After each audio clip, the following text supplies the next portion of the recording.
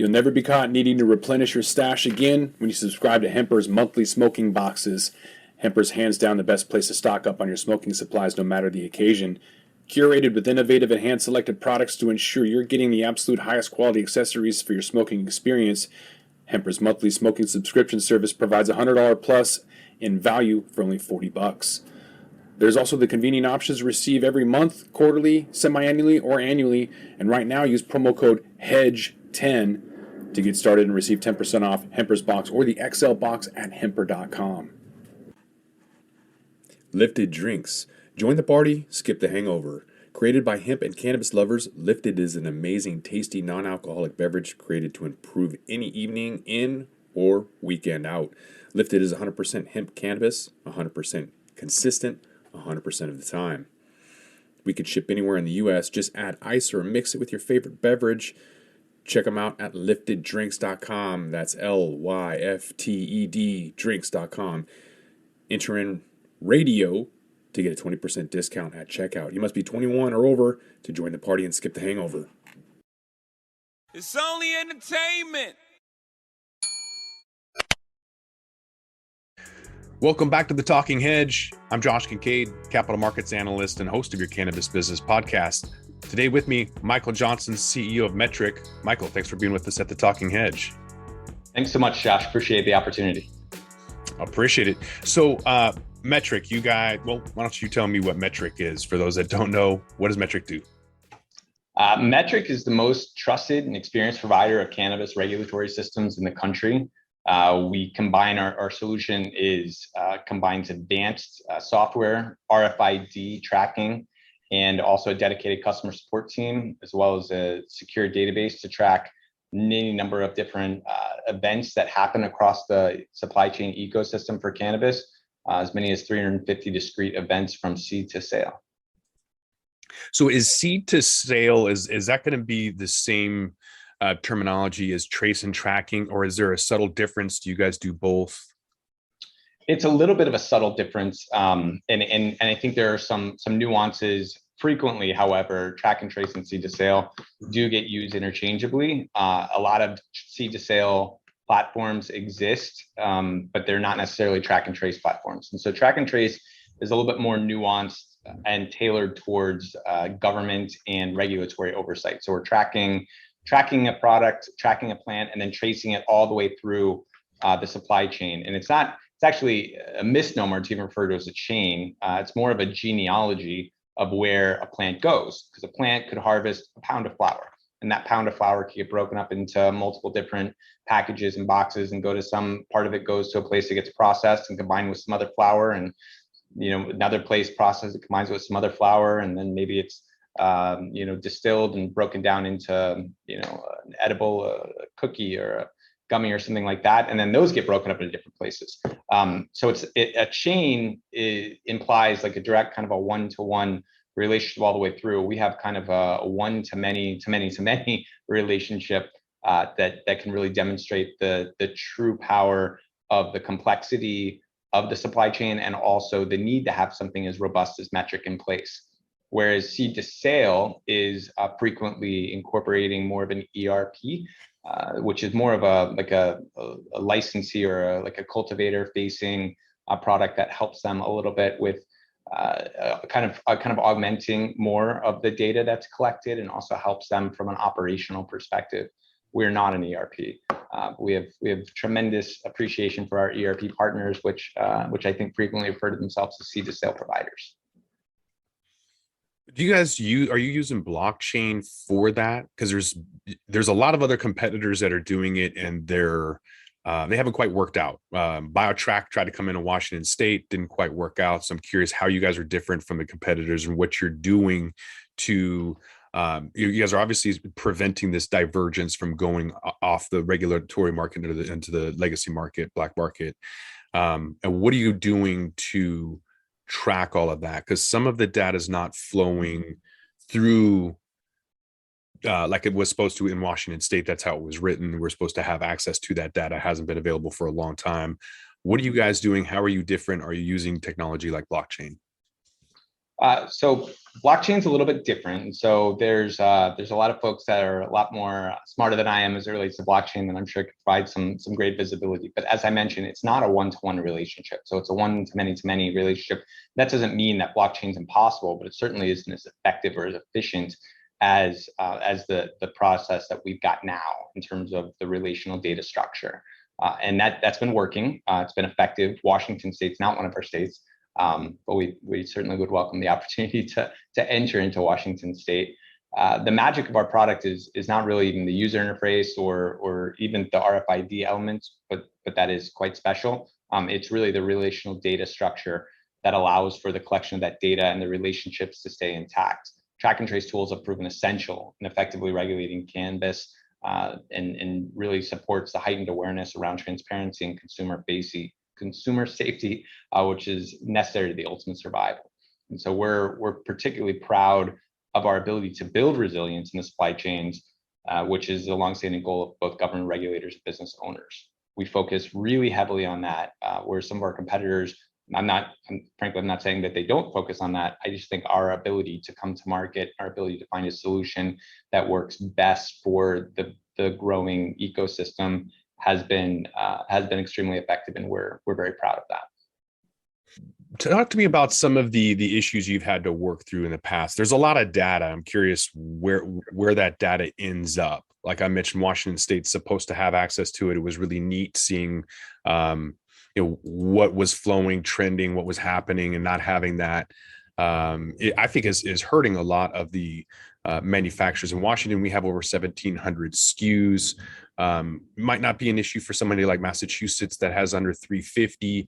They're able to handle that, in a better manner. But when things go down, when the systems go down, and people have to then replicate that or try to duplicate that, it can be incredibly inefficient. And some of your competitors, and there's a lot. Maybe you can also explain why there's so many that can't, essentially do what their core function is supposed to do.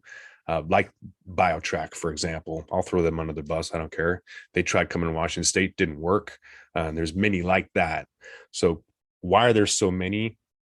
And what have you done to increase your efficiencies so that when things don't have to go wrong, like duplicating or bad data in, bad data out? You don't want employees putting the numbers in. So how do you essentially create a more efficient platform than a BioTrack? I want to be certainly want to be respectful to anybody out there that's doing or that's making inroads to try and grow the ecosystem, support the legal cannabis ecosystem.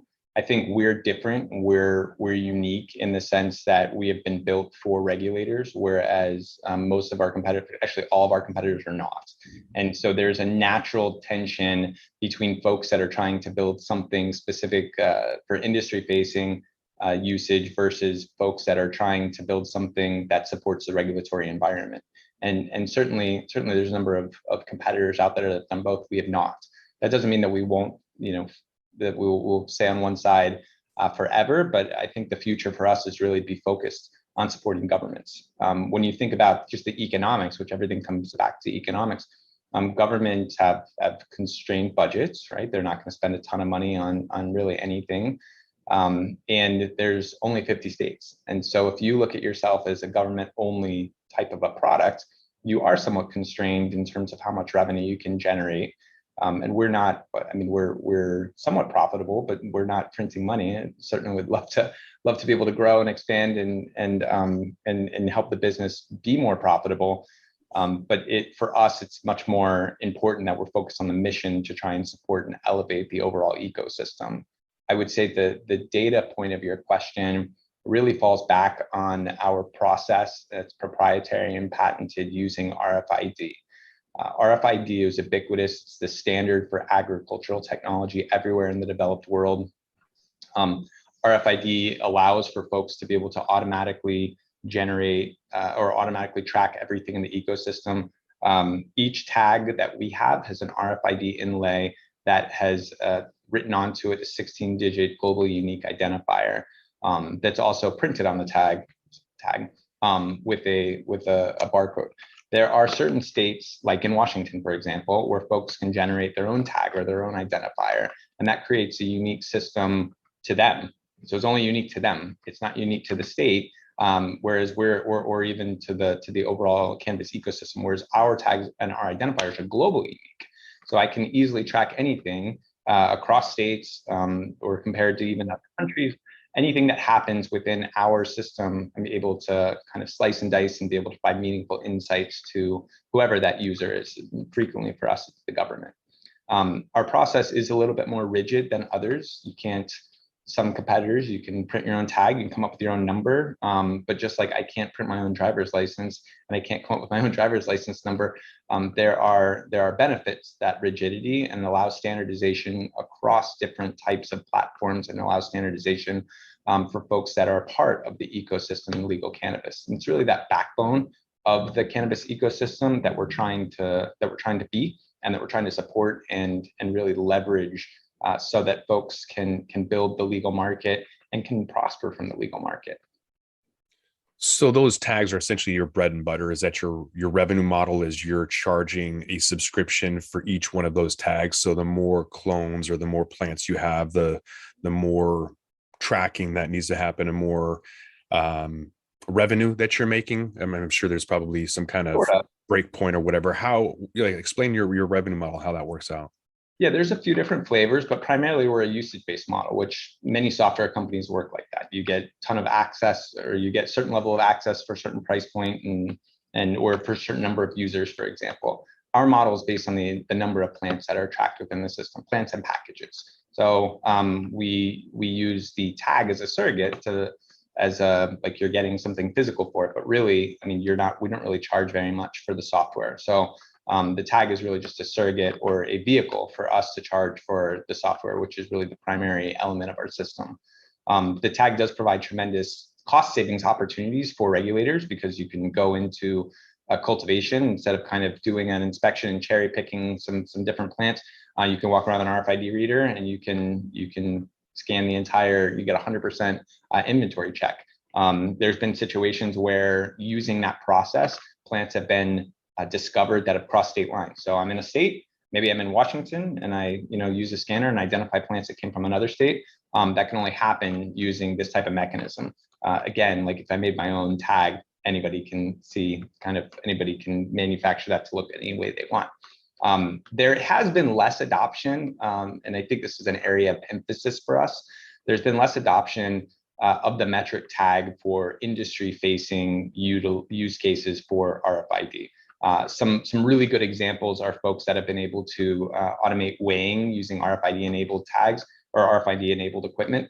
But I don't think most folks realize how powerful and how much more efficient they can be using the Metrc RFID tag on the industry-facing side. A cultivator being able to not touch any systems, no computers, nothing at all, and literally being able to go through their entire process with a plant, as long as it has a Metrc RFID tag, and that information being able to be harvested and housed within the system, literally no one touching anything, is the potential of RFID. And we, being on the government side, do not spend as much energy, because we're on the government side, focused on trying to sell directly to the cultivators. But that potential exists. We certainly do everything we can to partner with integrators, third-party integrators that integrate into Metrc, and then also cultivators to identify opportunities or folks that they can partner with so that they can gain efficiencies and be much more profitable in their operation. What is the process to get a new client? If you're talking about trying to maybe get into Washington State, for example, what is that process? Is it just like any other government contract, or is this fairly unique at the state level, being cannabis SaaS essentially? It is generally through an RFP process. And so there's usually a competitive bid, just like traditional government contracting. Government would decide that we want to have a system, just like they might have a system for parking. If you have street parking, you pay via an app. Around here, it's Park Mobile, but they'd have picked Park Mobile over a number of other vendors. They would have done that through an RFP process. So generally, that's the flow. We do have folks in a number of states that are not Metrc states that find benefits in having the level of compliance and the standard of Metrc. And so we do have some folks that contract with us directly that are in non-Metrc states.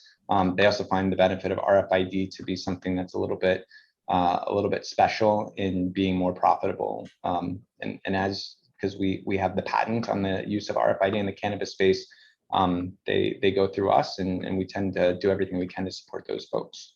So if anybody's in Washington that's interested, happy to have that conversation. What are some of the data that you're getting?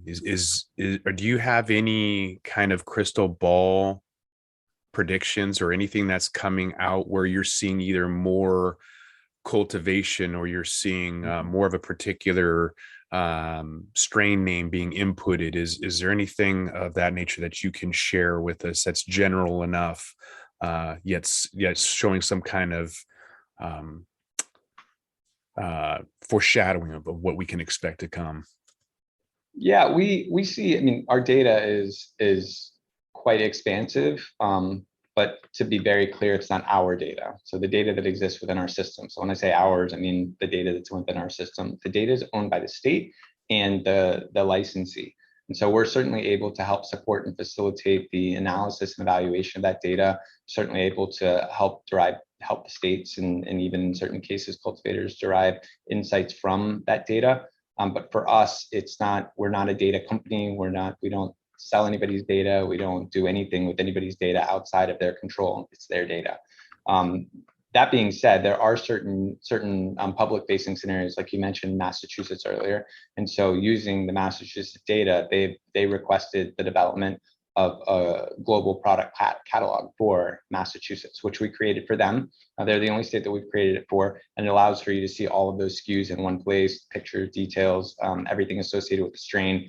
And that's something that that really is pulled together from the data that is housed within Metrc, and that's how that's possible. When once you land a contract, how's the onboarding? I'm curious because this is kind of top down rather than a company saying we want to onboard this, right? They're kind of being given a regulatory proposal. It's not really an option; they have to do it. So I'm curious from your client or the individual producers or processors or retailers, how is that onboarding acceptance going? Is it fairly smooth on their end? Are they disgruntled about it? Are they upset about it?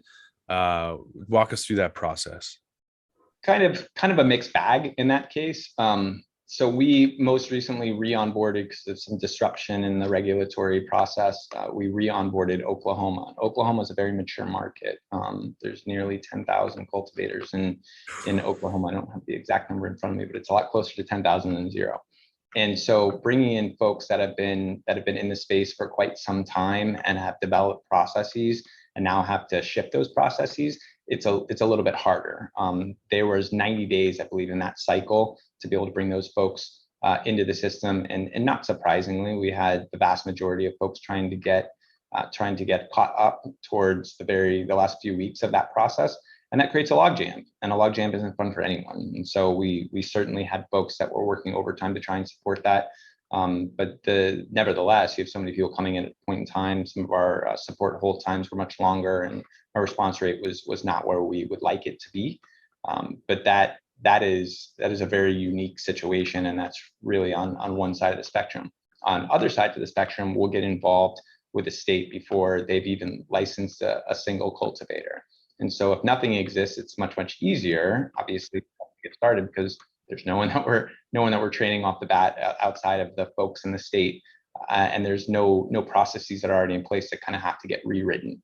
So it's going to depend on what you're looking at. We've certainly come into states where they've had deployments with some of our competitors and they haven't worked out so well, and so we've been able to move and kind of shift our processes to adjust to their processes such that we can get folks moved over within just a few months. And so, I mean, generally speaking, we can get somebody up and running in no longer than 3 months. I'd say 6 months is closer to the norm, but I would also say that Metrc isn't in control of that.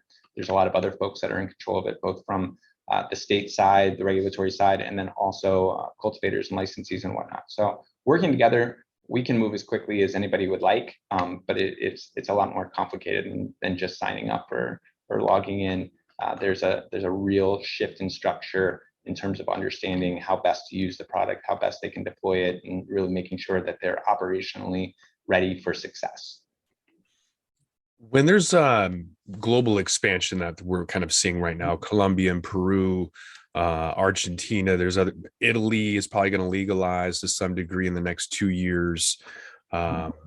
When that happens, will RFID be the way that these other, governments and foreign countries decide to kind of adopt their own policies and procedures for trace and tracking? What do you kind of see on the global scale happening? I think anywhere in any developed country, you're going to see the use of RFID. I don't think there's any question of that. And the reason I feel that way is because in the agricultural tech space, RFID is ubiquitous. In Walmart, for example, Walmart in January issued a mandate that just about everything in their supply chain has to come to them with an RFID tag on it that follows their structure. So every single thing, the largest retailer in the country, every single thing that comes into their building has to have an RFID tag on it. So I don't think that goes away, regardless of what their track and trace structure looks like in any of these countries. Whether it's required by the government or whether it's something that's adopted as a best practice from the operators, that part I'm not particularly sure on, and I don't think anybody really knows. We do the best we can as it relates to the emergent countries, and I mean, you certainly mentioned Italy and Europe. I think Germany is one that a lot of folks pay close attention to. When we evaluate Metrc as a partner and as an opportunity to help support and legitimize the legal cannabis market, we look at it in a way that we can provide the most value to making sure that folks that participate in the ecosystem have a standard that is reliable, something that helps folks feel comfortable, helps folks feel like there's a strong level of regulation such that cannabis is comfortable and supported and they feel safe. And that's what we really focus on. In Europe, there could be slightly different flavors of what Metrc does or how it does it based on what their specific needs are, just as in certain states, there's been variations in flavors and whatnot. Our goal is to provide that standard backbone of the regulatory ecosystem and to do the very best we can to support the stakeholders within it. There's a lot of competitors out there that aren't going to make that trip, with you as time goes on. They're gonna fall to the wayside. Just like a lot of the producers in Oklahoma, you can't have 10,000 tomato growers in any one region. Can't have 10,000 cannabis farmers. Oregon is the craziest thing I've seen. Next to that, they had around 7,500 licenses at one point, and it's half that now. And it's still too many, 3,000. Is there a learning lesson that you've seen from either the just the crazy amount of production in the cannabis side, or something that you've learned from the competitors out there? I think there's a lot to learn from failure.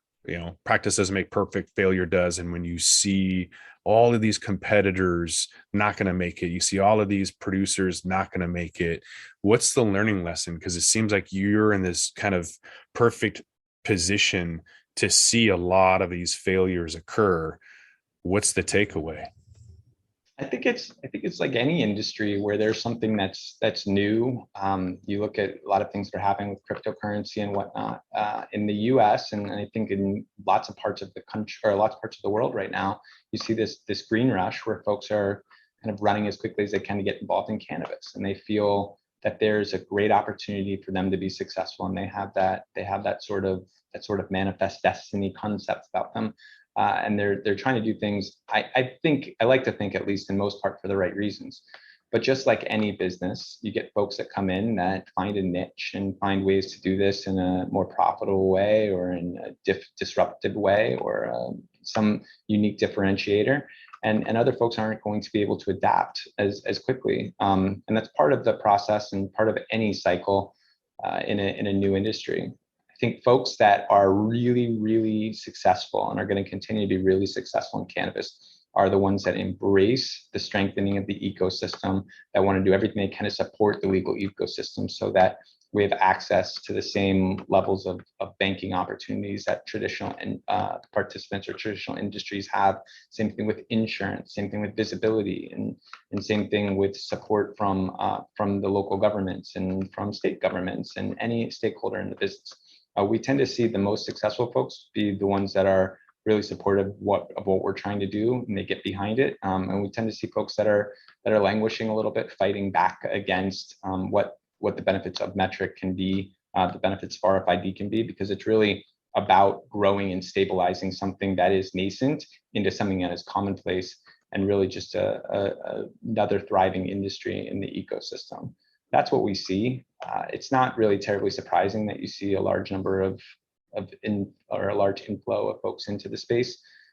That's normal. It's exciting. I mean, it really, the power and the magic that folks can glean from cannabis while maintaining transparency and strong consumer safety, I think is something special. And so it makes sense that a lot of folks want to get involved. But to get involved and to stay involved is going to require constant innovation and growth. And we're really excited to help support that standard and be the backbone for folks to be successful in the cannabis space. Does it create opportunities as well? Are you seeing M&A opportunities where some of these are potential accretive deals where you would be stronger together than separate? And if so, what is it that you look at when making those decisions? Absolutely. I mean, for us at least, we look at some really exciting. I mean, we get really excited when folks come up with more opportunities to expand the use of RFID because we know they're adding so much value to the ecosystem. So we get really excited about that. We can't do everything on our own, and as I mentioned, we're really focused on supporting government. So that means that we're not kind of going and knocking on the doors of every cultivator to see if they want to buy our next latest and greatest widget. But there's a space for that.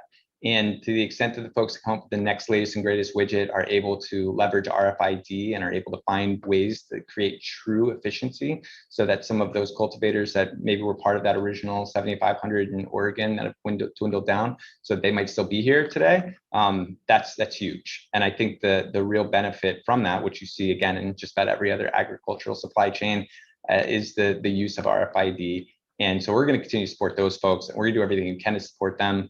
And while I can't say that we're looking to buy, 1 or 2 or 10 tomorrow, we're focused on trying to get profitable on our own here. But I do see tremendous growth and true force multipliers from folks that are going that direction, and we're going to pay very close attention to that as we continue to grow. Well, if anybody wants to get some more information on what you're doing, whether it's a government agency or investor or otherwise, do you have a website or social media where they could check you out at? Absolutely. Metrc.com is the best source. We're active on LinkedIn, and we certainly welcome any opportunity for anybody to share their thoughts, ways we can get better, things that we're not doing that's so great, things that they'd like to see us kind of double down on. Metrc has really had a tremendous journey, certainly a fair share of ups and downs as everybody has experienced when we try and get through a brand new industry. But Metrc is absolutely in a great spot to be able to support all those that want to profit and grow within the cannabis ecosystem. We want to do the very best we can, and Metrc is absolutely here to provide that. Well, if you got a LinkedIn contact, we'll put that link in the show notes as well. But I think with that, we're gonna have to roll this one up. So I want to thank my guest, Michael Johnson, CEO of Metrc. Michael, thanks again for being with us at The Talking Hedge. Likewise. Thanks so much, Josh. Appreciate it. I am Josh Kincaid. This is The Talking Hedge. Don't forget to like, share, and subscribe, or don't, and I'm out. With that, we're going to roll this one up. I'm Josh Kincaid. This is The Talking Hedge. Don't forget to like, share, and subscribe, or don't, and I'm out. Don't forget to smash that like button on your way out and check out these other videos that we've got.